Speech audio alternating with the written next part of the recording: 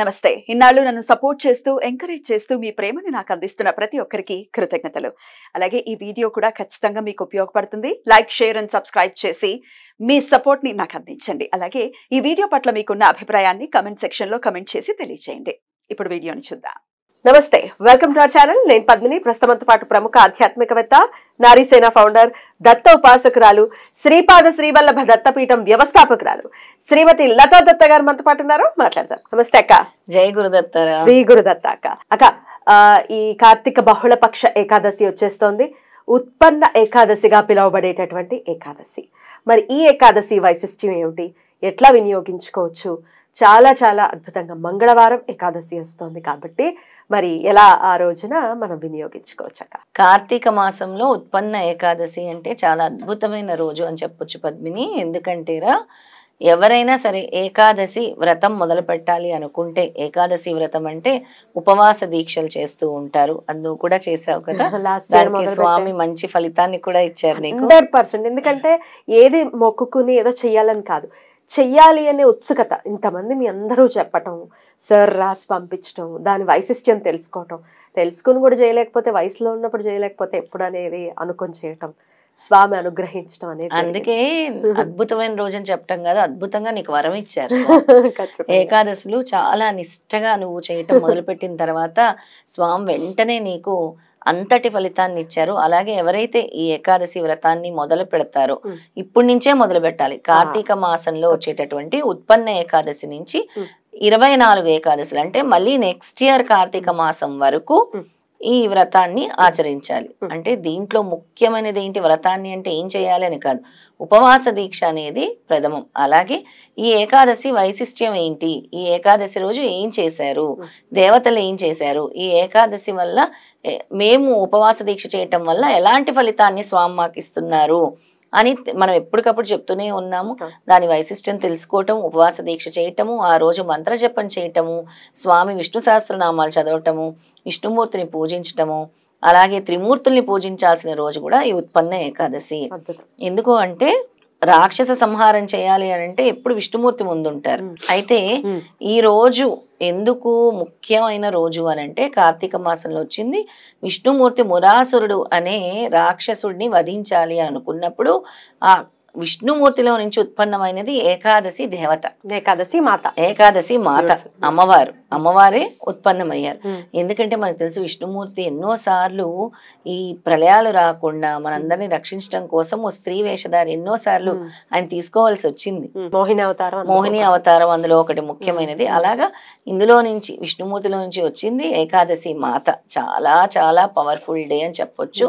అలాగే ఎంతో మంది అనుకుంటూ ఉంటారు, మేము గోదానం ఇవ్వాలి, ఈ రకరకాల బాధల నుంచి, దోషాల నుంచి నివృత్తి చెందాలంటే గోదానం ఇవ్వని. చాలా శ్రేష్టం కదా, చాలా శ్రేష్టం గోదానం అంటే. ఎలాంటి మహా పాతకాలైనా కూడా పోయేది గోదానం వల్ల. నిజంగా డబ్బున్న వాళ్ళు నిజంగా చేసుకోవాలి కదా, చేసుకోవాలి చూపించకుండా చక్కగా చేసుకుంటే. అందుకే పద్మిని, ద్రవ్యశుద్ధి అంటే ఏంటి, గోదానాలు చెయ్యాలి. దేవాలయాలు చేసేటప్పుడు నిర్మాణంలో వీళ్ళందరూ పాలు పంచుకోవాలి. బావులు తొమ్మేటప్పుడు పాలు పంచుకోవాలి. మన పూర్వీకులు చూడు, బావులకి, నదీ జలాలకి, దేవాలయాలకి ఎంత ఆనందంగా ఉండేవారు. 10 మంది పిల్లలు. ఇప్పుడు ఒక్కొక్క పిల్లల్ని పెంచడానికి మనం ఇదైపోతుంది. అసలు ఒక్కళ్ళు కడుపును పడడానికి ఎంత తలకిందలు తపస్సులు. అసలు ఆ కడుపునే పడట్లేదు పిల్లలు. అంటే అలాంటి కలియుగ దోషాలు చాలా ఉన్నాయి.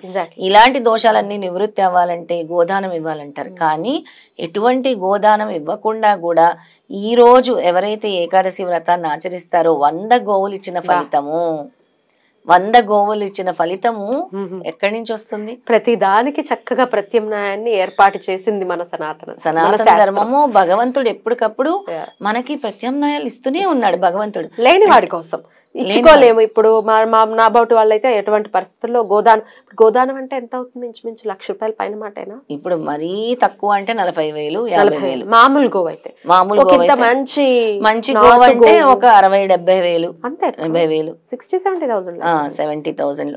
సో ఆ క్రతువు బ్రాహ్మడి చేత చేయించుకోవటం ఇవన్నీ అటు ఇటుగా ₹1,00,000 అవుతుంది. యాక్చువల్ గా అయితే చేయొచ్చు, ఎవరైనా చేయొచ్చు. ఎప్పుడు చేయొచ్చు? నెలకి ఇంత అని దాచుకుని చక్కగా చేయొచ్చు. చక్కగా నెలకి ఇంత ఒక 2,000, 3,000 చేసుకొని సేవింగ్ గా చేసుకొని దాని ఫలితం అంత ఇంత ఫలితం కాదు. అంటే అన్ని ఏవైతే నదులు ఉంటాయో అన్ని నదుల్లో స్నానం చేసిన ఫలితం. పంచమహాపాతకాలు అంటారు చూసి, వాటిని కూడా నివృత్తి చేస్తుంది గోదానము. బ్రహ్మహత్యా పాతకాలు లాంటిది కూడా నివృత్తి చేస్తుంది గోదానము. అంటే ఇంకా నీ కర్మ ఎక్కువ ఉంటే మనం ఏమీ చేయలేము, నీ దోషాలు ఎక్కువ ఉంటే మనం ఏమి చేయలేము, కానీ గోదానంకి అంతటి ఫలితం భగవంతుడు మనకి ఇచ్చాడు. రైట్. ఇంకా అసలు చెయ్యలేని పరిస్థితుల్లో ఉన్నప్పుడు ఈ రోజు ఉపవాసం ఉంటే చేసిన ఈ రోజు ఉపవాస దీక్ష చేస్తూ ఈ కథ ఎవరైతే వింటారో, విష్ణుమూర్తి ఏ విధంగా ఈ రాక్షస సంహారం చేయదలిచారో, అందులో నుంచి ఏకాదశి మాత ఎలా ఉద్భవించిందో ఈ చిన్న కథ, ఈ 3 లైన్లు కథ విన్నా కూడా అంతటి ఫలితాన్ని స్వామి ఇస్తారు. 100 గోవుల్ని దానం చేసిన ఫలితం ఇస్తారు. త్రిమూర్తులని స్మరించుకోవాల్సిన రోజు కూడా ఈ రోజే అని. అప్పుడు దత్తుడే. త్రిమూర్తులు ఎవరంటే దత్తుడే. ఇంకా దత్తాత్రేయుడిని ఎలాగ మనం పూజించాలి, ఏ మంత్రంతో పూజించాలి అంటే, ఇప్పుడు నేను ప్రతి ఒక్కరికి చెప్తున్నాను, దత్తాత్రేయుడి ఫోటో ఇంట్లో తెచ్చిపెట్టుకోండి. లేకపోతే ఈ ఏకాదశి శుభదినం రోజు మీ ఇంట్లో తెచ్చిపెట్టుకోండి త్రిమూర్తుల్ని. ఎందుకంటే త్రిమూర్తుల్ని స్మరించుకోవాల్సిన రోజు ఇదే రోజు, కార్తీక మాసంలో ఉత్పన్న ఏకాదశి రోజు. దత్తుడిని చక్కగా మీరు పుష్పాలతో పూజించండి. ఆయనకు కావాల్సింది ధూప దీప నైవేద్యాలు. ఆయనకు ధూపం అంటే ఎక్కువ ఇష్టం, గంధం అంటే చాలా ఇష్టం దత్తుడికి. అందుకే దత్త బొట్టు పెడుతూనే ఉంటాం, గంధం పెట్టి మధ్యలో కుంకుమ. అలాగే దత్తుడిని ఏ విధంగా స్మరించుకోవాలో ఆ స్తోత్రం ఇప్పుడు చెప్పబోతున్నాను. ఓం అం హ్రీం క్రోం ఏహి దత్తాత్రేయాయ స్వాహ. ఓం ఔం క్రీం క్రోం ఏహి దత్తాత్రేయాయ స్వాహ.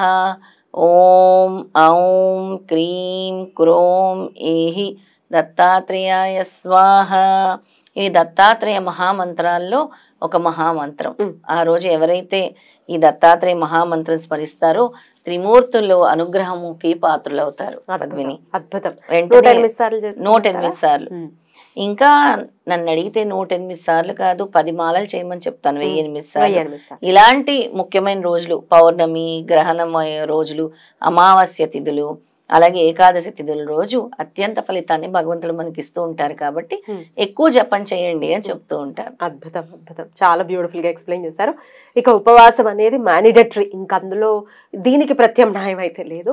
కానీ అస్సలు ఓపిక లేదు అంటే షుగర్లు, బీపీలు ఉన్న వాళ్ళు పళ్ళు స్వీకరించవచ్చు, ఫ్రూట్స్ అంటే ఇంకా మరీ సహకరించట్లేదు కానీ మాకు చేయాలని ఉంది, భగవంతుడు అనుగ్రహం కావాలని ఉంది అనుకునే వాళ్ళు ఈ అల్పాహారం అంటే ఈ ఫ్రూట్స్ లాంటివి స్వీకరించి కూడా చేయొచ్చు. రైట్. అద్భుతం. చాలా బ్యూటిఫుల్ గా ఎక్స్ప్లెయిన్ చేశారు. అసలు మొదలు పెట్టాలి అనుకునే వాళ్ళకి వచ్చేస్తోంది. మరి మీరు అందులో పాలు పంచుకోవాలనుకుంటే లత గారి నంబర్ కి కాల్ చేసి రిజిస్టర్ చేసుకోండి. రైట్ అక్క, thank you so very much. నమస్తే. శ్రీపాదరాజం శరణం ప్రపద్యే. శ్రీ దత్తరాజం శరణం.